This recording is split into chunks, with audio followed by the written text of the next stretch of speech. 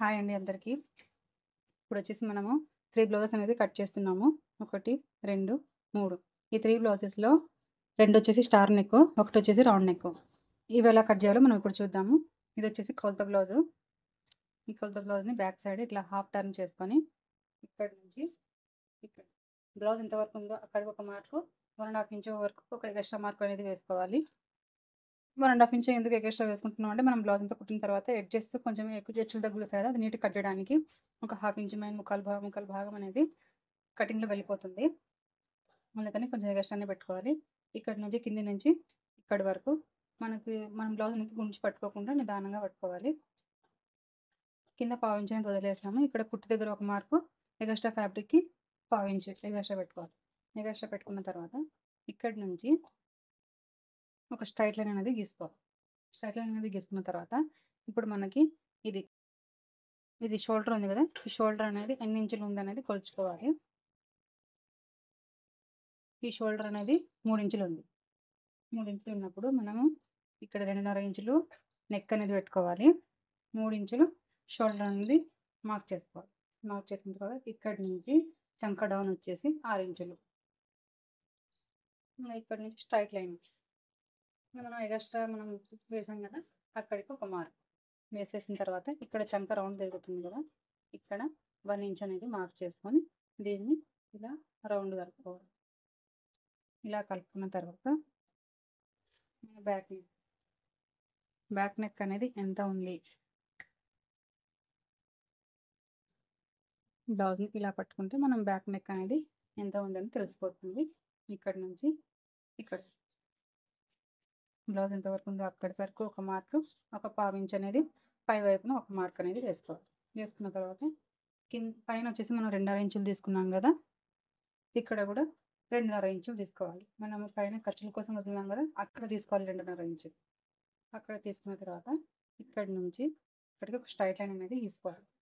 గీసుకున్న తర్వాత ఫస్ట్ అనేది రౌండ్ గీసుకోవాలి.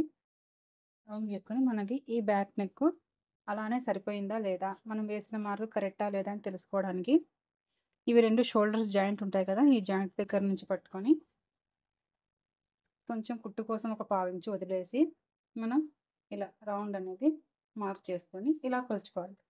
కొలుచుకున్నాము అన్నప్పుడు మనకి బ్లౌజ్ ఇక్కడ ఎడ్జెస్ దగ్గర కరెక్ట్‌గా వచ్చింది.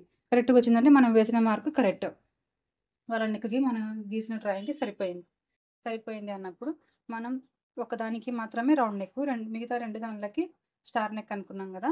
అందుకని ఇప్పుడు మనం కట్ చేసేటప్పుడు ఈ రౌండ్ అనేది కట్ చేయకూడదు. కట్ చేయకుండా ఫస్ట్ ఇక్కడ నుంచి కటింగ్ చేసుకోవాలి.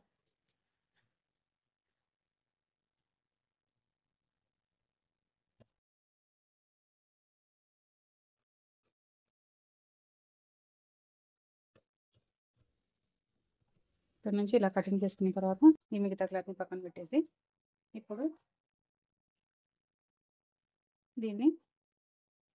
రౌండ్ అనేది పక్కకు తీసేయాలి. రౌండ్ నెక్ కట్ చేసేయాలి. మిగతా దానిలకి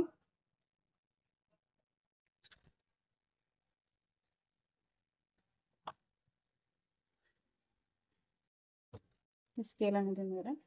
ఇక్కడ నుంచి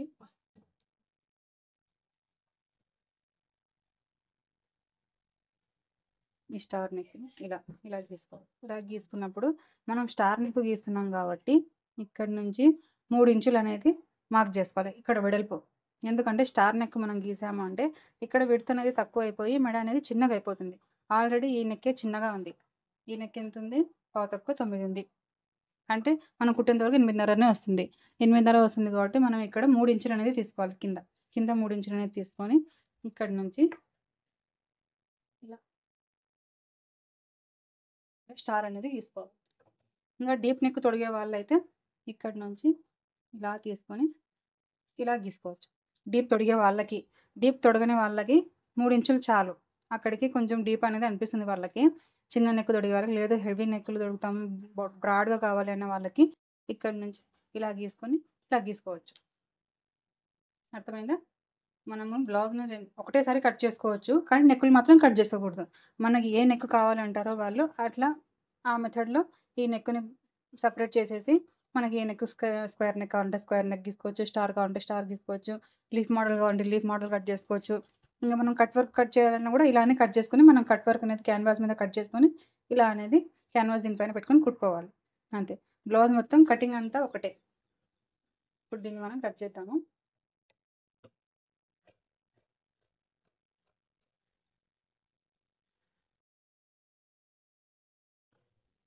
ఇది రౌండ్ నెక్ కటింగ్ అయిపోయింది.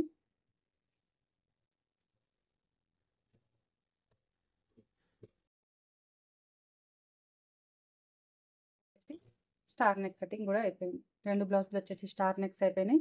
ఒక బ్లౌజ్ వచ్చేసి రౌండ్ నెక్ అయిపోయింది.